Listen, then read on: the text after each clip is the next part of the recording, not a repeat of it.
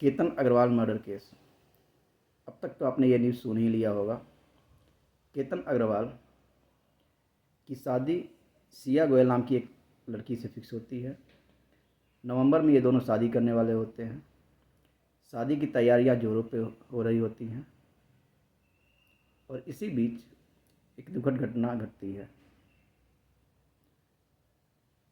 एक गहरी खाई से गिर के केतन अग्रवाल की मौत हो जाती है। घटना की तहकीकात होती है और फिर इस कहानी में एक नया ट्विस्ट आता है। सिया गोयल ने अपने एक कथित बॉयफ्रेंड चेतन के साथ मिलकर केतन अग्रवाल को होठ से धक्का दे देती है। 400 फीट गहरी खाई में गिरने की वजह से केतन अग्रवाल की मौत हो जाती है। सारे न्यूज़ चैनल्स पे, सोशल मीडिया पे एक ही बात हो रही है कि सिया ने आखिर केतन अग्रवाल को क्यों मारा।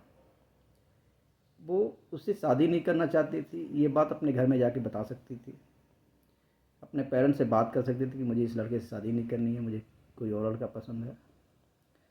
लेकिन उसने केतन को क्यों मारा।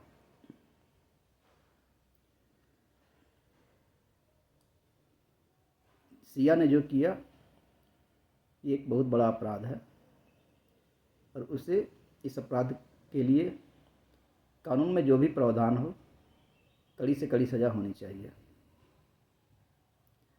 लेकिन इस घटना का एक और पहलू है। सिया ने ये क्यों समझा कि मर्डर करना आसान है, बजाय कि ये बात वो अपने पेरेंट्स से करे। सिया को ऐसा क्यों लगा,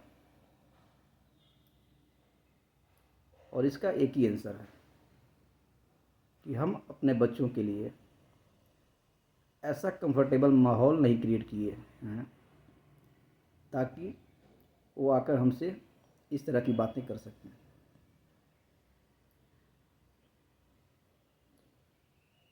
बच्चे ऐसी बातें करने से बहुत ज़्यादा घबरा जाते हैं, बहुत ज़्यादा डरते हैं कि अगर पापा को पता चलेगा, मम्मी को पता चलेगी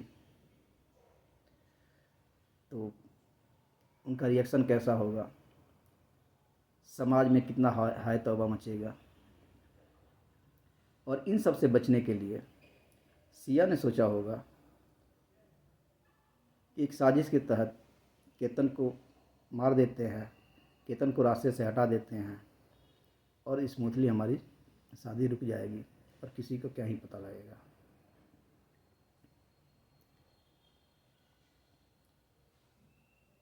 इन दोनों में सिया को ने ये चूज किया बजाय कि वो घर पे जाके बात करे।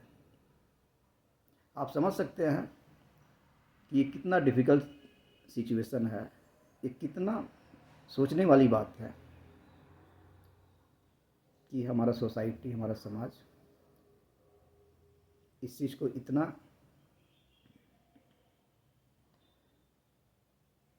बड़ा बना दिया है कि एक बच्चा अपने घर पे जाके इस बारे में बात भी नहीं कर सकता है।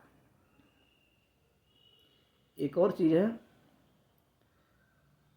हम अपने बच्चों को डिफ़िकल्ट कन्वर्सेशन करना सिखाते ही नहीं हैं। बच्चों क्या, इवन हम एडल्ट्स भी इस तरह के डिफ़िकल्ट कन्वर्सेशन करने से बचते हैं, कन्फ्लिक्ट से बचते हैं, जहाँ लगता है कि मेरे कुछ बोलने से सामने वाला हर्ट होगा, सामने वाला नेगेटिव फील करेगा, सामने वाला गुस्सा होगा। हम उस कन्वर्सेशन को अवॉइड कर देते हैं, हम सच्चाई नहीं बोल पाते हैं, हम ऑनेस्ट फीडबैक नहीं दे पाते हैं।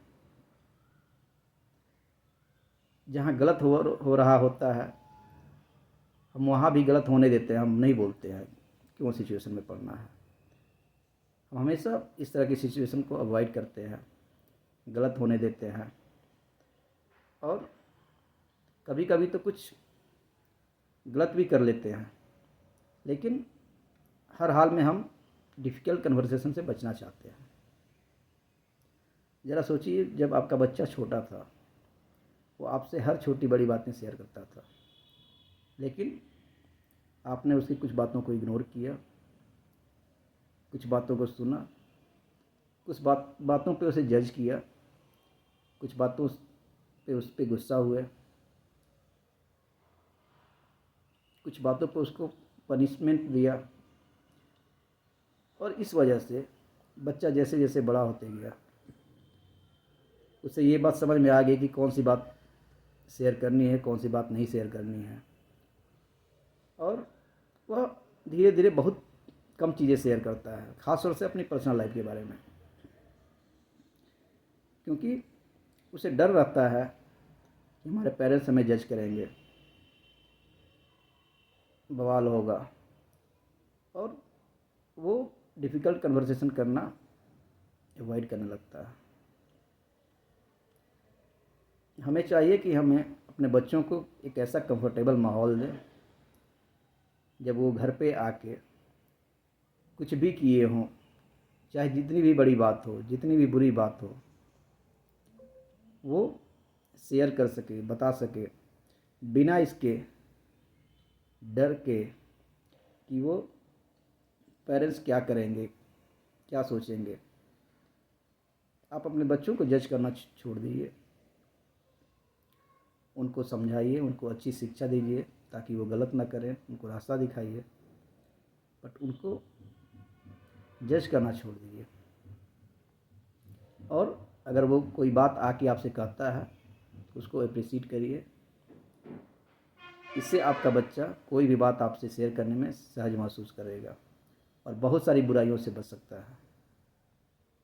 जब बच्चे बड़े हो जाते हैं तो उन्हें अपनी डिसीज़न लेने दीजिए।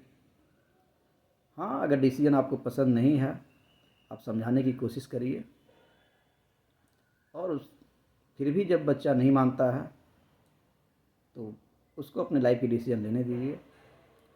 आपने अगर अच्छा शिक्षा दिया है तो आपका बच्चा गलत कर ही नहीं सकता है, वो अपनी लाइफ में हमेशा अच्छा ही डिसीज़न लेगा।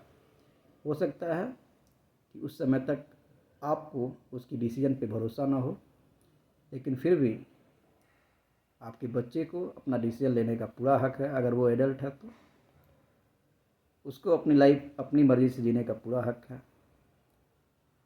आप बच्चे की गार्जियन हैं, आप बच्चे के पेरेंट हैं, आप बच्चे के ऑनर नहीं हैं। बच्चा कोई प्रॉपर्टी नहीं है, वो एक इंडिविजुअल है। उसके अपने डिसीजंस हो सकते हैं, उसके अपने विचार हो सकते हैं, उसके अपनी सोच हो सकती है, और उसको अपना लाइफ अपने ढंग से जीने का पूरा हक है। ये बात आप समझने की कोशिश करें। धन्यवाद।